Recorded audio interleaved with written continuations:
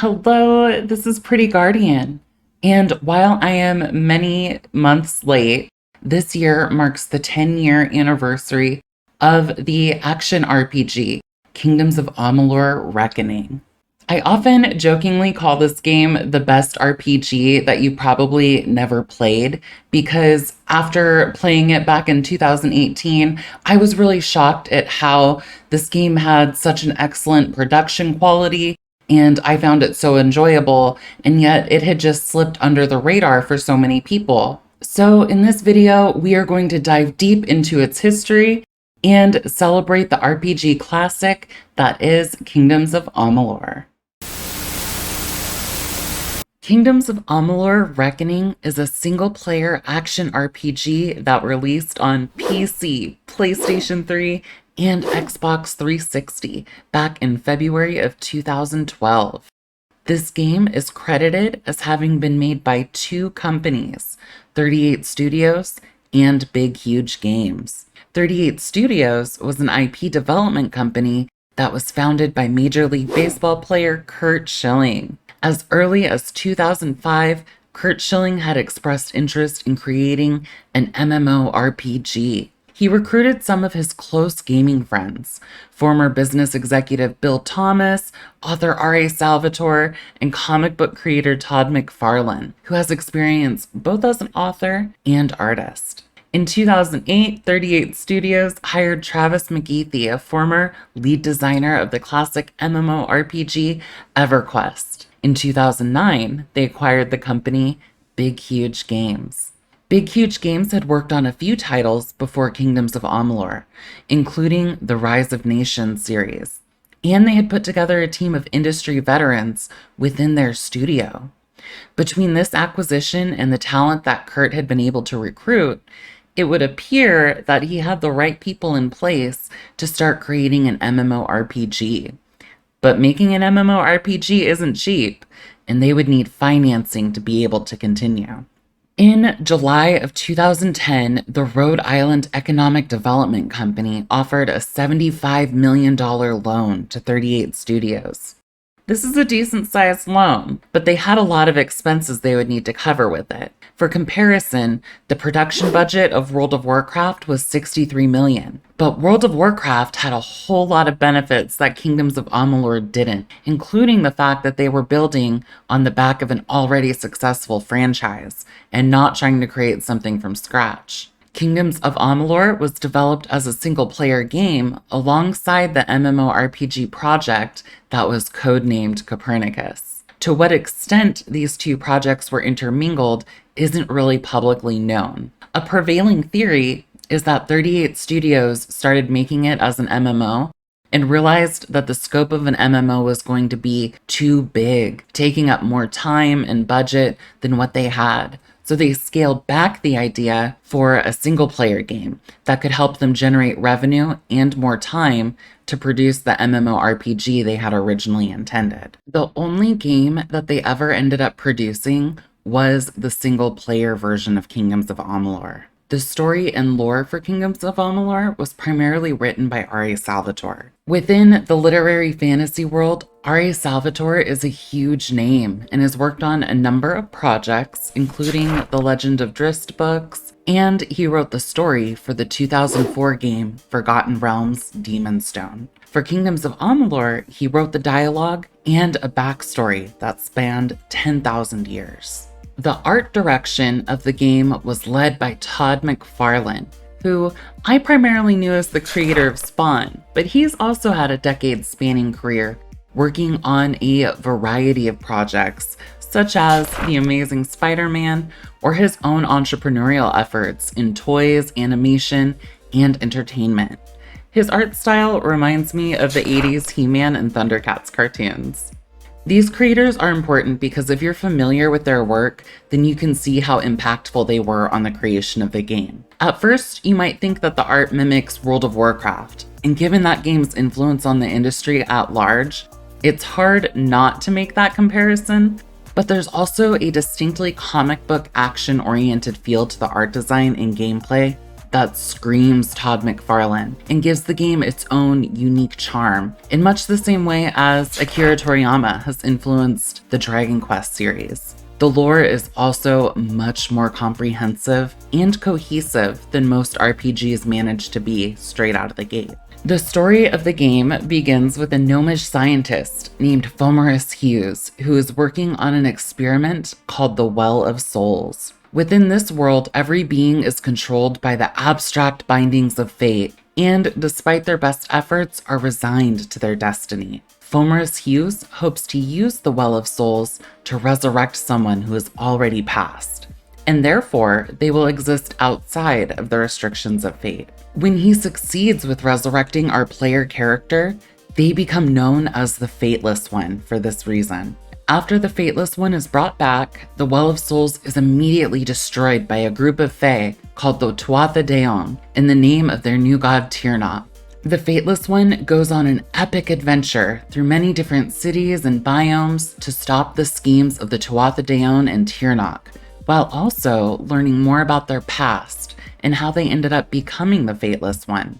In addition to the micro conflict of fighting the Tuatha, there's also a macro conflict being explored of predetermination versus autonomy, effectively order versus chaos. Everyone in the game is said to be bound by fate.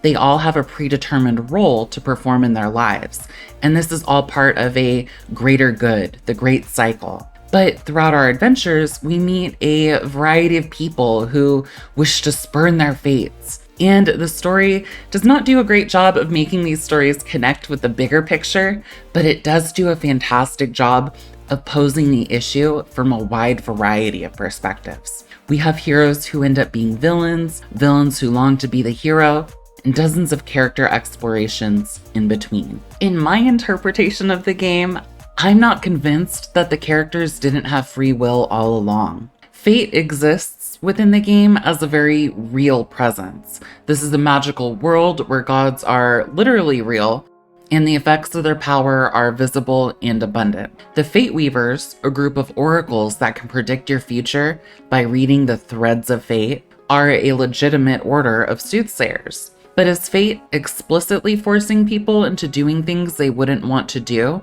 Or is it just a gentle hand holding the map? There are multiple examples of characters breaking from their fate within the context of the game. It does appear to be something that people can potentially affect. The very existence of our character coming to be as a result of gnomish science confirms that there are individuals capable of tinkering with fate's design. The pacing of the story is a bit all over the place. It starts out strong, but by around hour 4, you've gotten past the first big story beats and are thrust into a big open world that feels relatively empty. This is one of the factors that leads gamers to think that this game was a scaled back MMORPG. These open areas with relatively little to do would have felt much more alive with other players or emergent events like dolmens from Elder Scrolls Online to pad them out. That being said, there are a great variety of quests to fulfill, from the main story quest, faction quests, side quests, and even tasks that are effectively repeatable bonus quests where you can kill mobs for a little extra loot. The dialogue during these quests is dripping with lore and excellently voice acted. The game has great cutscenes and action sequences, and if you're actually paying attention to the story as you go, they did a great job of creating a rich and interesting world inspired by Celtic mythology. There are a lot of quests in this game that have great storylines and fun dungeons that you could miss entirely if all you did was buckle down and blast through the main story. For example, the faction quests. In typical RPG fashion, you get to make your own character, and as you complete quests and defeat enemies, you level up. The game has 3 skill trees that you can mix and match skill points in: finesse, might, and sorcery. If you put your skill points entirely in one skill line, you'd end up with a character like from a classic Diablo, a rogue, warrior, or sorcerer. Then you get a fate card on top of that, which will give you different buffs depending on where you put your skill points. It's a system that gives you a lot of freedom in character crafting, but is also very straightforward and even intuitive for RPG players. To bring that back to the faction quests, there are 3 factions in the game that correspond to each of those skill trees. A finesse character or rogue might want to join up with the travelers. A might character or warrior might join up with the warsworn. Or if you're like me and enjoy dabbling in sorcery, you may be tempted to join the Scalia Arcana. Combat is action-oriented, faster and flashier than something like The Witcher. You get to use different skills that you picked up from your skill tree and can dodge, block, and create different attack combos. And now you can start working in things like launching attacks, and then you can start building combos out of it. You might get to the end of your very last hit and you've hit him with a strong finisher, but you always know you can do a magic attack to sort of continue the chain or something. And it's really all about creating this language that the player can then build combos off of. Eventually, you fill up a fate gauge and can activate the namesake Reckoning mode.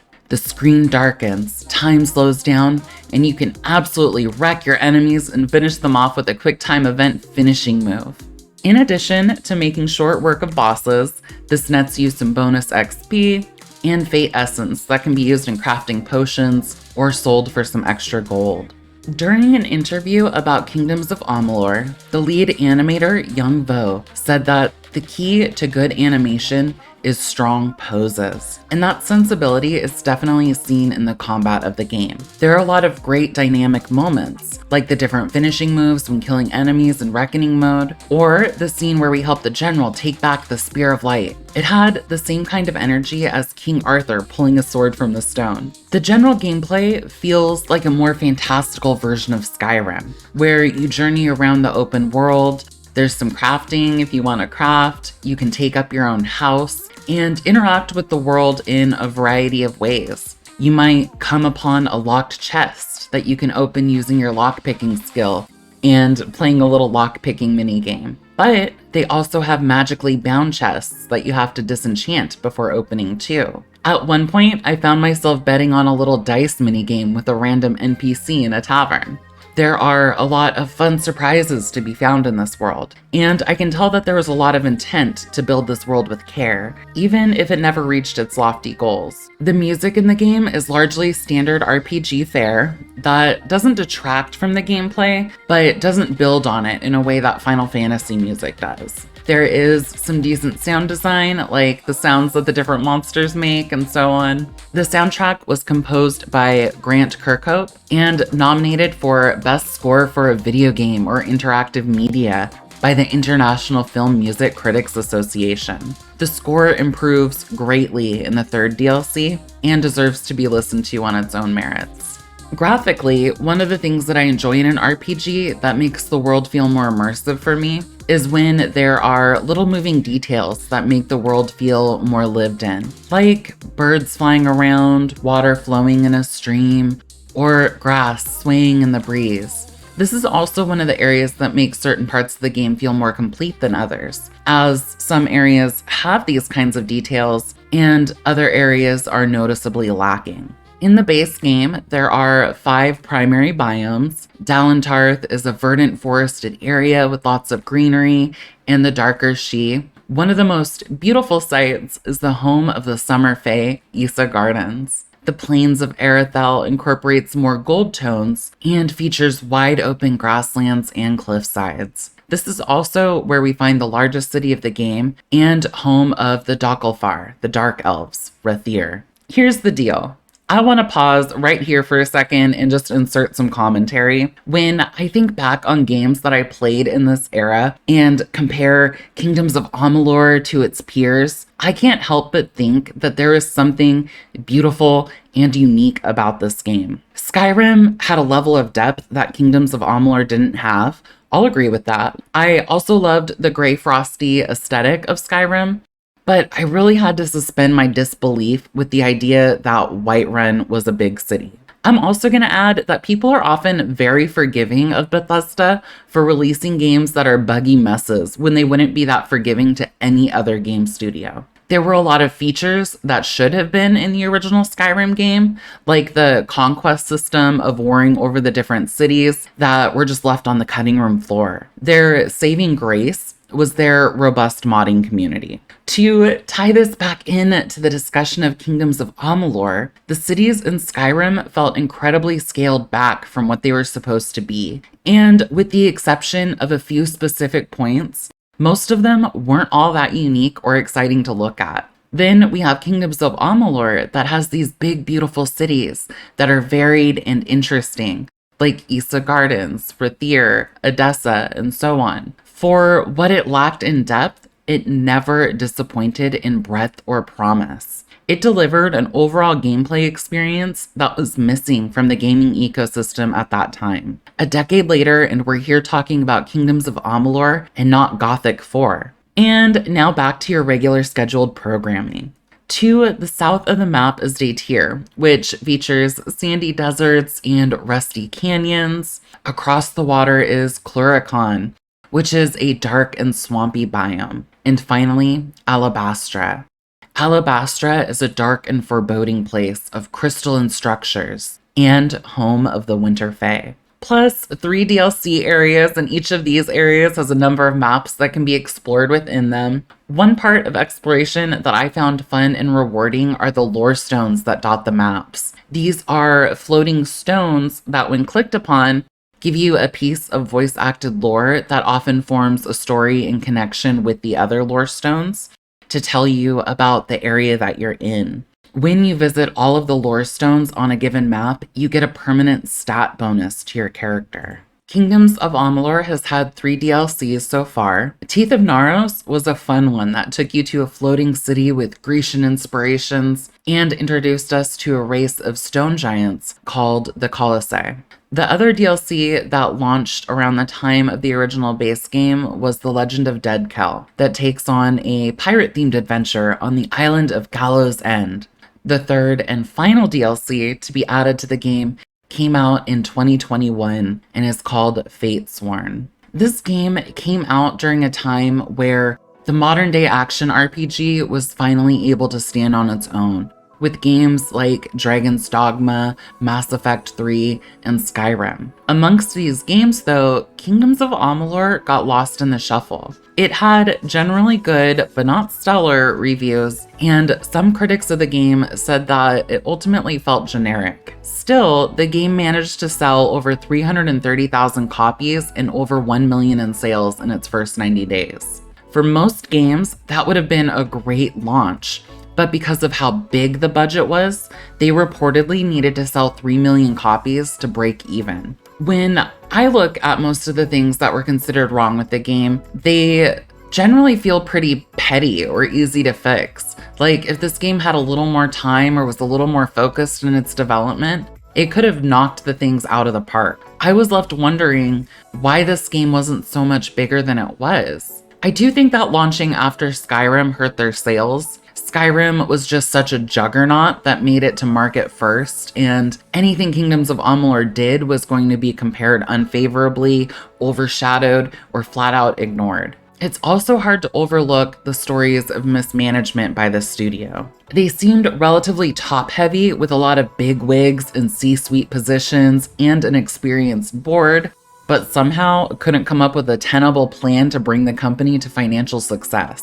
There was a deal in the works with a publisher to fund a sequel to the game for $35 million. But due to the bad press surrounding the financial state of the studio, that deal fell through. A lot of the blame for the deal falling through was cast on Lincoln Chaffee, the former governor of Rhode Island, who claimed that the game was a failure. This was the final nail in the coffin for 38 Studios. I'm reminded of Larian Studios when they weren't doing so hot around the time of Divinity 2. And they had to do a number of funny tactics like taking on outside game projects to fund Divinity, and they struggled to keep afloat for a long time until Divinity Original Sin 2 really cemented their place as a AAA game studio. I wonder what the trajectory of Kingdoms of Amalur could have looked like if that deal had kept them going. Because, despite the game's flaws, There was a kernel of something special there that could have been worked out over time in much the same way as it was for Divinity.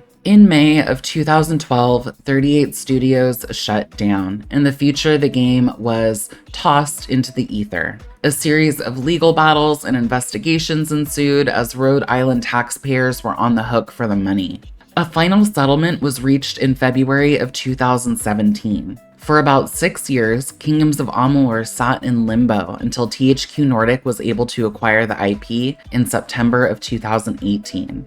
2 years later, they launched a remaster of the game called Kingdoms of Amalur Re-Reckoning. Re-Reckoning fixed some of the bugs and provided modest graphical upgrades, and it continues to be a lukewarm success on Steam.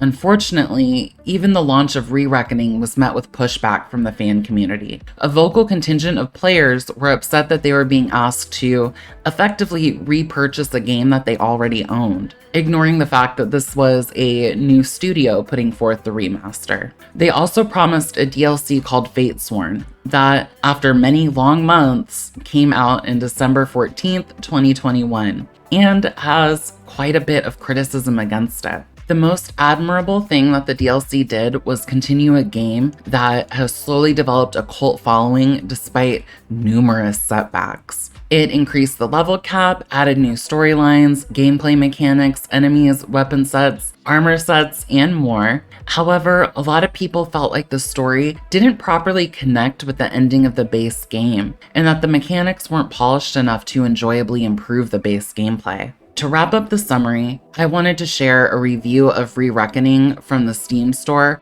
that does a good job of summarizing the game. This comes from a user named Tuna Waste, who has put in 100 hours in the game. I think it's a solid game, no technical issues.